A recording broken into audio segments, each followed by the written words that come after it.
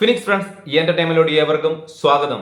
ഞാൻ ഇന്നൊരു പെണ്ണ് കേസിന് പോയിട്ട് വന്നതാണ്. നമ്മുടെ ഫെബിൻ സിദ്ധാർത്ഥ് സംവിധാനം ചെയ്ത ഏറ്റവും പുതിയ ചിത്രമാണ് പെണ്ണ് കേസ്. നമ്മുടെ നിഖില വിമൽ നായികയായിട്ടും അക്കീം ഷാ നായകനുമായിട്ട്, അങ്ങനെ പറയുന്നതിനേക്കാളും നല്ലത് മെയിൻ കഥാപാത്രത്തെ ചെയ്തിരിക്കുന്നത്, അതിനകത്തൊരു നായക കഥാപാത്രത്തെ പോലെ തന്നെ ഏറ്റവും മെയിൻ ലീഡ് റോൾ ചെയ്തിരിക്കുന്നത് നിഖില വിമലാണ്. അക്കീം ഷയും കട്ടയ്ക്ക് തന്നെ ഉണ്ട്. ഈ ചിത്രത്തിൽ അഭിനയിച്ചിരിക്കുന്നത് അജു വർഗീസ് ഉണ്ട്, നമ്മുടെ രമേഷ് പിഷാരുണ്ട്, ഇർഷാദ് ഉണ്ട്. അങ്ങനെ വൻ താരനിര തന്നെ ഈ ചിത്രത്തിൽ അഭിനയിക്കുന്നുണ്ട്. പിന്നെ ഈ സിനിമയെ പറ്റി പറയുകയാണെങ്കിൽ ഇതിന്റെ ഇതിവൃത്തം എന്ന് പറയുന്നത് നമുക്കെല്ലാവരും നമ്മൾ ട്രെയിലറിലും അല്ലാണ്ടും ഒക്കെ അറിഞ്ഞാണ്. വിവാഹ തട്ടിപ്പ് നടത്തുന്ന ഒരു സ്ത്രീ. സാധാരണ ഇങ്ങനെയുള്ള കേസുകൾ ഉണ്ടായിട്ടുണ്ടോ എന്ന് വെച്ചാൽ പുരുഷന്മാരുടെ എല്ലാം ഇങ്ങനെയുള്ള കേസുകൾ പുറത്തു വന്നിട്ടുണ്ട്. സിനിമയിലാണെങ്കിലും റിയലിലാണെങ്കിലും കേസുകൾ ഇഷ്ടം പോലെ വരുന്നുണ്ട്. ഇങ്ങനെ വിവാഹ തട്ടിപ്പ് നടത്തി വീരെന്നൊക്കെ പറഞ്ഞിട്ട്. അതേപോലെ സ്ത്രീകളിലും ഇങ്ങനെയൊക്കെ സംഭവം ഉണ്ട്.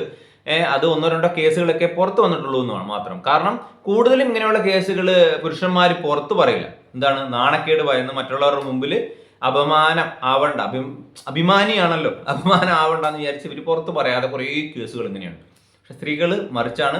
ഇങ്ങനെയുള്ള സംഭവം വന്നു കഴിഞ്ഞാൽ കേസാവും, പുലിവാലാവും. അതുകൊണ്ടാണ് അങ്ങനെയുള്ള കേസുകൾ പുറത്ത് വരുന്നത്. അപ്പം ഈ സിനിമയെ പറ്റി ഒറ്റ ബാക്കി പറയുകയാണെങ്കിൽ എനിക്ക് നല്ലപോലെ ഇഷ്ടപ്പെട്ട ഒരു സിനിമയാണ്. ബൊമ്പം സിനിമ എന്നൊന്നും പറയുന്നില്ല, നല്ലപോലെ മോശമല്ലാത്ത രീതിയിൽ എനിക്ക് ഇഷ്ടപ്പെട്ടതാണ്. അപ്പം നമുക്ക് എൻ്റെ പോസിറ്റീവ് ഘടകങ്ങളിലോട്ട് പോവാം. എനിക്ക് ഒന്നാമതായിട്ട് തോന്നിയതിൻ്റെ പോസിറ്റീവ് എന്ന് വെച്ചാൽ സിനിമയുടെ ദൈർഘ്യമാണ്. 2 മണിക്കൂറിൽ താഴെ ഈ ചിത്രമുള്ളൂ. അത് തന്നെയാണ് ഏറ്റവും വലിയ പോസിറ്റീവ്. കാരണം വെച്ചാൽ കുറേ സീനുകൾ ഇവർ കയറ്റിയിട്ടില്ല. അങ്ങനെ അനാവശ്യത്തിന് സീനുകൾ കയറ്റിയിട്ടില്ല. സിനിമയ്ക്ക് ആവശ്യമായ നമ്മൾ ആ സിനിമയിലോട്ട് കൊണ്ടുവന്നു കയറി കഴിഞ്ഞാൽ നമ്മുടെ ആ സിനിമയുടെ കൂടെ തന്നെ നമ്മൾ സഞ്ചരിക്കുന്നു. അതുകൊണ്ട് സിനിമയുടെ ദൈർഘ്യം കുറവാണ്. പെട്ടെന്ന് സിനിമ കഴിഞ്ഞ് നമുക്ക് പുറത്തിറങ്ങാൻ പറ്റും. പിന്നെ അഭിനയിച്ചത് നിഖില വിമൽ രണ്ടാമത്തെ പോസിറ്റീവാണ് കേട്ടോ. അഭിനേതാക്കള് നിഖില വിമൽ, അതുപോലെ ഹക്കീം, നമ്മുടെ രമേഷ് പിഷാരുടെയൊക്കെ ഇതിനകത്ത് ആ കഥാപാത്രമായിട്ട് ജീവിച്ചു കേട്ടോ. അജു വർഗീസ്, ഇർഷാദ്, ഇവരൊക്കെ നല്ല, ഇതിനകത്തുള്ളവരുടെ പ്രകടനങ്ങളൊക്കെ നല്ല അടിപൊളി പ്രകടനം. നല്ല അവർക്ക് കൊടുത്ത റോളുകൾ എല്ലാവരും നല്ല രീതിയിൽ ചെയ്തു വെച്ചിട്ടുണ്ട്. അക്കീം ഷയൊക്കെ നല്ല പോലീസായിട്ടൊക്കെ നല്ല രസമുണ്ട് കേട്ടോ.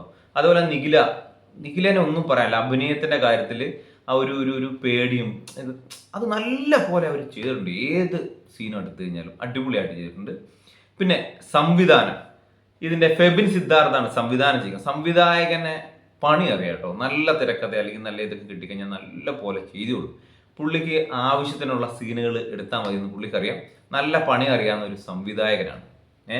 പിന്നെ എഡിറ്റിങ് എന്ന് പറയാൻ കാരണം വെച്ചാൽ അനാവശ്യമായിട്ടുള്ള സീനുകൾ ഇതിനകത്ത്, കാരണം കട്ടാക്കി ഇതിനകത്ത് കുറേ ഫ്ലാഷ് ബാക്ക് പോലെയും മറ്റുള്ള പോലെയൊക്കെ കാണിക്കുന്നുണ്ട്.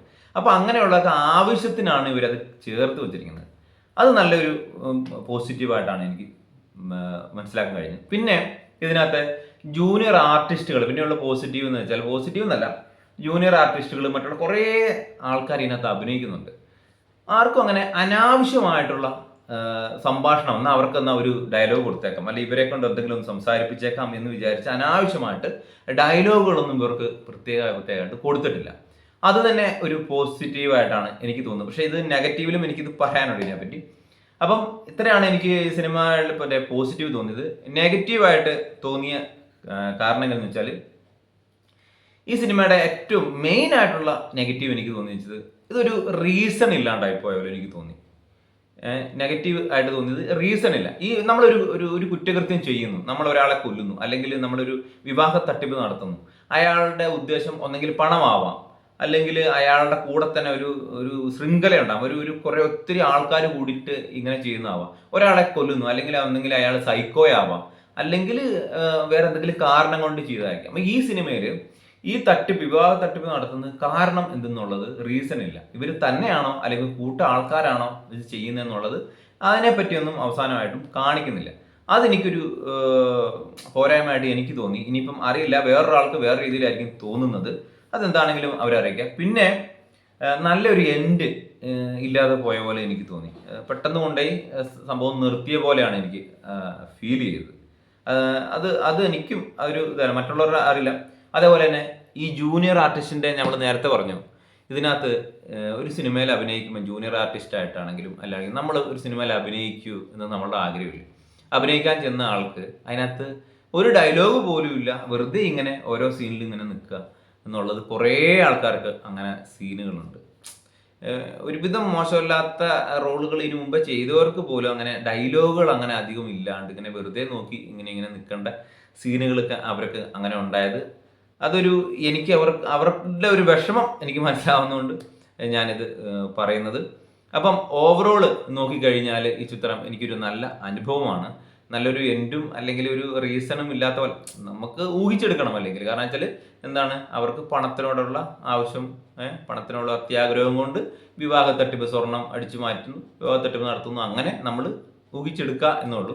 അപ്പം സിനിമയിൽ കയറി അവസാനം വരെ ഇങ്ങനെ ഒഴുകി പോകുന്ന ഒരു നല്ലൊരു ചിത്രമായിട്ടാണ് എനിക്ക് തോന്നുന്നത്. അപ്പോൾ നിങ്ങളുടെ അഭിപ്രായം എന്താണെങ്കിലും അറിയിക്കുക, പോയി സിനിമ കാണുക.